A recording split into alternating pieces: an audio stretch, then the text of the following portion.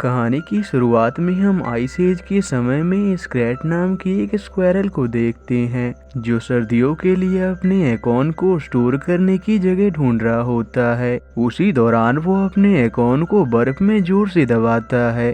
इससे वहाँ की पूरी जमीन में क्रैक आने लगती है और वहाँ की बर्फीली चट्टानों में एवेलेंस क्रिएट हो जाता है और वो मुसीबत में पड़ जाता है। पर वो किसी तरह से खुद को बचाने में कामयाब रहता है और वहाँ से सीधे वाइल्ड एनिमल्स की ग्रुप के पास आ पहुँचता है जो उस जगह को छोड़कर साउथ की तरफ माइग्रेट कर रहे होते हैं ताकि वो इस बार भी आने वाले सर्दी से बचने के लिए बेहतर जगह की तलाश कर सके। वहीं हम मैनी नाम की एक मेमथ को देखते हैं जो बाकी एनिमल्स के साथ ना जाने का फैसला करता है और नॉर्थ की तरफ निकल जाता है। वहीं से कुछ दूरी पर हम सिड नाम की एक स्लोथ को देखते हैं जिसे बाकी के जानवर अकेला छोड़कर आगे चले गए थे, इसलिए सिड अकेले ही माइग्रेट करने का तय करता है। पर आगे जाते समय उसे दो राइनोज मिलते हैं जो साथ में अपना सैलड एंजॉय कर रहे थे। इसके बाद वो माइग्रेट करने वाले थे पर अनजाने में सिड वहां आकर उनका सैलेड खराब कर देता है।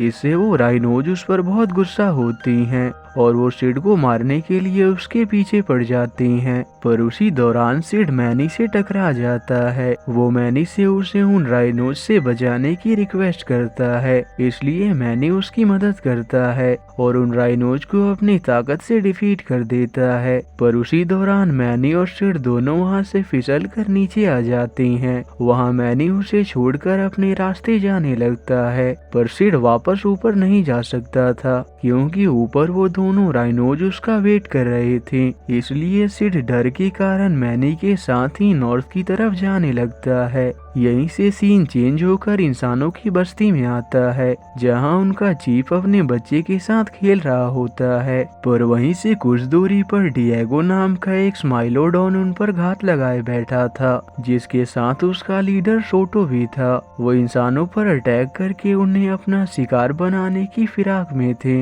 इसलिए अंधेरा होते ही वो अपने ग्रुप के साथ उन इंसानों की बस्ती पर हमला कर देते हैं और डिएगो उसी छोटे बेबी को लेने जाता है। पर तभी वहाँ उसकी मॉम उसे उठाकर वहाँ से भाग जाती हैं। पर डिएगो को उसके लीडर ने किसी भी हाल में उस बच्चे को लेकर आने का ऑर्डर दिया होता है, इसलिए वो उनका पीछा करता है। पर आखिर में वो लेडी अपने बच्चे के बचाव के लिए पानी में कूद जाती है। दूसरी ओर सोटो और उसकी ग्रुप भी इंसानों का शिकार करने में नाकाम रहते हैं और जब सोटो को पता चलता है कि डिएगो भी उस बच्चे को लाने में फेल हो गया तो वो उसे किसी भी हाल में उस बच्चे को लेकर आने को कहता है, नहीं तो वो सभी उस बच्चे की जगह उसका दावत बनाते। इसके डर से डिएगो उस बच्चे को ढूंढने के लिए निकल जाता है। दूसरी ओर सिड और मैनी जब एक नदी से गुजर रहे होते हैं तभी उन्हें वो लेडी अपने बच्चे के साथ नजर आती है। ये देखकर मैनी उस बच्चे को पानी से बाहर निकाल लेता है पर उस बच्चे की माँ पानी के बहाव के साथ दूर चली जाती है। अब बच्चे को वहाँ अकेला देखकर मैनी वहाँ से जाने लगता है क्योंकि वो उस बच्चे की जिम्मेदारी नहीं लेना चाहता था। पर सिड उससे कहता है कि हम इसे यहाँ इस तरह नहीं छोड़ सकते और वो अकेले ही उस बच्चे को ऊपर ले जाने की कोशिश करता है ताकि वहाँ उसे कोई इंसान नजर आ जाए। पर तभी वहाँ डिएगो पहुँच जाता है और मैनी को देखकर कहता है कि ये बच्चा मुझे दे दो, मैं इसे इंसानों तक पहुंचा दूंगा। पर मैनी और सिड को उस पर यकीन नहीं होता और वो खुद ही उस बच्चे को उसके हट तक पहुंचाने का तय करती हैं। इससे डिएगो को बहुत गुस्सा आता है। थोड़ा आगे जाने पर उन्हें वही जगह मिलती है जहां वो इंसान पहले रुके थे। तभी डिएगो फिर से उनके पास आता है और उन्हें वो बच्चा देने के लिए कन्विंस करने की कोशिश करता है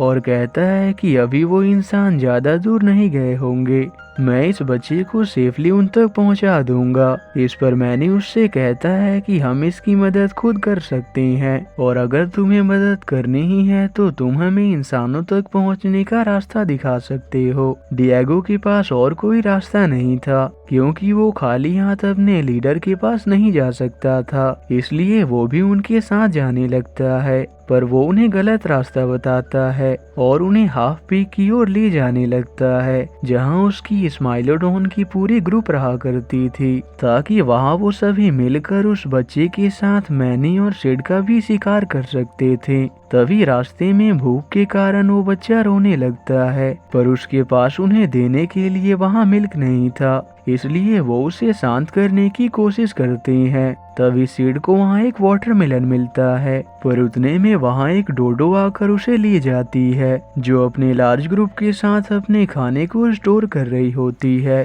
ताकि सर्दियों में उन्हें खाना ढूंढने की जरूरत ना पड़े, और इसलिए वो उन्हें अपने वाटरमेलन देने से मना कर देती हैं। पर एक के बाद एक खुद ही उनकी बेवकूफ़ी के कारण वो वाटरमेलन भी गिर जाती हैं, और साथ ही वो बर्ड भी माउंटेन से नीचे गिर जाती हैं। आखिर में काफी कोशिश के बाद सिड को एक वाटरमेलन मिल जाता है, जिसे खाकर वो बेबी शांत हो जाता है। अब तक काफी रात हो चुकी थी, जहाँ पर वो सभी ठहरने का तय करते हैं, पर मैनी को यकीन था कि डिएगो जरूर रात में कुछ गड़बड़ कर सकता है, इसलिए वो उस बेबी को अपने पास ही रखता है। पर जब मैनी की आंख लग जाती है तो डिएगो उसे उठाने वाला होता है। तभी उसे कुछ आवाजें आती हैं, जो असल में उसी के ग्रुप के मेंबर्स होती हैं। वो उनसे कहता है कि हम अभी इस बच्चे का शिकार नहीं करेंगे, तुम सोटो से जाकर कह दो कि मैं उस बच्चे के साथ एक मेहमत को भी लेकर आ रहा हूँ, क्योंकि हमें मेहमत का सामना एक साथ करना होगा।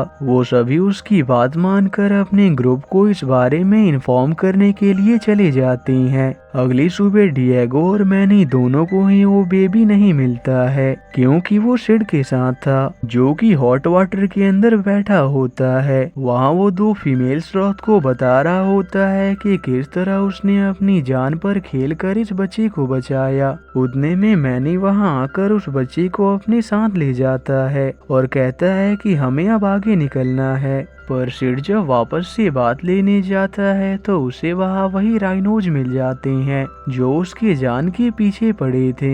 इसलिए वो भागते हुए डिएगो से मदद मांगने आता है और उससे कहता है कि ऐसा बिहेव करो कि मैं तुम्हारे हाथों मारा गया, जिससे उन राइनोज को लगता है कि सिड मारा गया है। इसलिए वो उसे छोड़कर वहाँ से चले जाते हैं। अब वो तीनों उस बेबी के साथ आगे बढ़ते हैं, जहाँ रास्ते में उन्हें एक फ्रीजिंग रिवर मिलता है। वहाँ सिड बहुत मस्ती करता है, जिसे वो बेबी भी बहुत एंजॉय करता है। तभी उन्हें वहाँ स्क्रैट नामी वही स्क्वायरल मिलता है। मैनी उससे पूछता है कि क्या तुम्हें इंसानों के आने के बारे में पता है।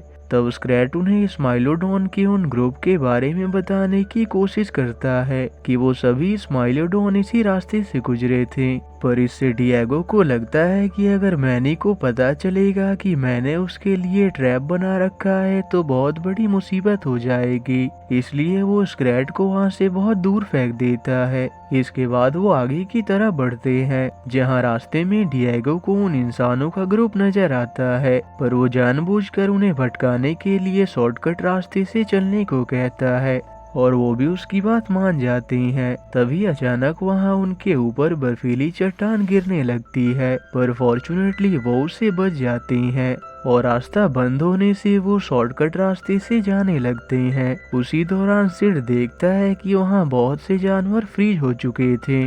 तभी वो छोटा बच्चा आगे बढ़ता है और सीधा एक स्लाइड पर निकल जाता है। स्लाइड करने के कारण वो नीचे जाने लगता है। मैनी और सिड उसे पकड़ने की कोशिश करते हैं, पर वहाँ बर्फीली सरफेस पर मौजूद फिसलन के कारण वो भी वहाँ से स्लाइड करने लगते हैं और वहाँ से एक केव में आ पहुँचते हैं, जहाँ पर बहुत सी पुरानी केव पेंटिंग्स बनी होती है। वहाँ मैनी को अपने जैसी ही मेहमद फैमिली की एक पेंटिंग नजर आती है, जिससे हमें पता चलता है कि पहले वो अपने मॉम डैड के साथ बहुत खुशी से रहा करता था, पर इंसानों की क्रूरता के कारण उसके मॉम डैड मारे गए, जिस वजह से मैनी को इंसान बिल्कुल पसंद नहीं थे। तब वो छोटा बच्चा उससे उदास देखकर उसके गले लग जाता है। दूसरी ओर उस बच्चे के डैड ने अभी भी उसकी खोज जारी रखी होती है, पर बाकी के कबीले वाले कहते हैं कि हमें अब आगे निकलना चाहिए, शायद अब वो बच्चा कभी नहीं मिलेगा। वहीं मैनी और बाकी सभी जब हाफ पीक पहुंचने वाले होते हैं, तभी सिड को अपने पैरों में कुछ फील होता है और उतने में उनके चारों ओर वोल्केनो इरप्ट होना शुरू हो जाता है और इस कारण से वहाँ की बर्फ टूटकर गिरने लगती है।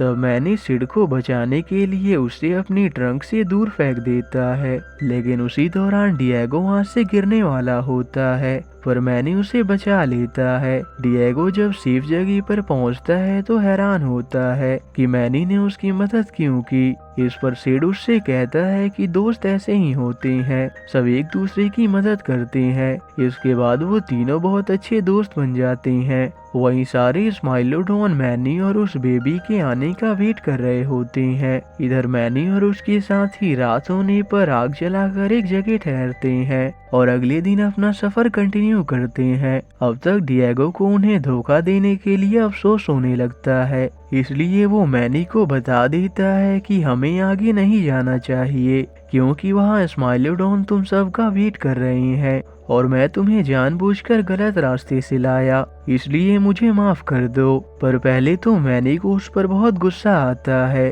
पर अब उनके पास और कोई उपाय नहीं था, इसलिए वो एक प्लान बनाते हैं और सिड अपने साथ फेक बेबी को लेकर स्माइलोडॉन की ग्रुप के पास जाता है और उन्हें उलझाकर अपने साथ लाता है, जहां मैनी उन सबको डिफीट कर देता है। अब स्माइलोडॉन को भी पता चल जाता है कि डिएगो अब मैनी के साथ हो चुका है और वो डिएगो की गद्दारी के कारण उस पर अटैक कर देते हैं, पर मैनी उनका सामना करता है और सभी स्माइलोडॉन को मार भगाता है। पर डिएगो वहां घायल हो चुका था, लेकिन फिर भी वो मैनी और सिड को उस बच्चे को लेकर जाने को कहता है, नहीं तो वो कबीले वाले उन्हें कभी नहीं मिल पाते। इसलिए और कोई ऑप्शन ना होने के कारण मैनी और सिड उसे वहीं छोड़कर आगे जाने लगते हैं और कुछ दूर आगे जाने पर ही उन्हें वो इंसानों का ग्रुप मिल जाता है। पहले तो उन्हें लगता है कि वो मेहमद उन पर हमला करने वाले हैं, पर मैनी उस बच्चे को उन्हें दे देता है,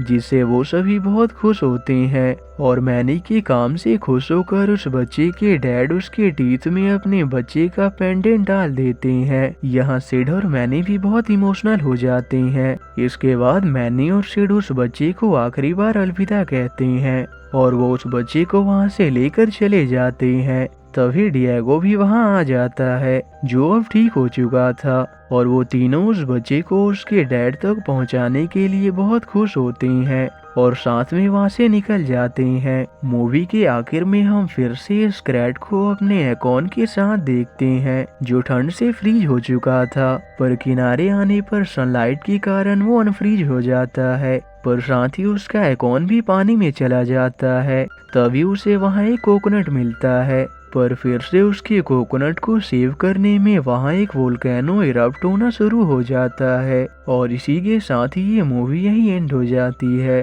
तो अगर आपको ये वीडियो अच्छा लगा हो तो इसे लाइक करें और ऐसी ही और स्टोरीज के लिए इस चैनल को सब्सक्राइब करें।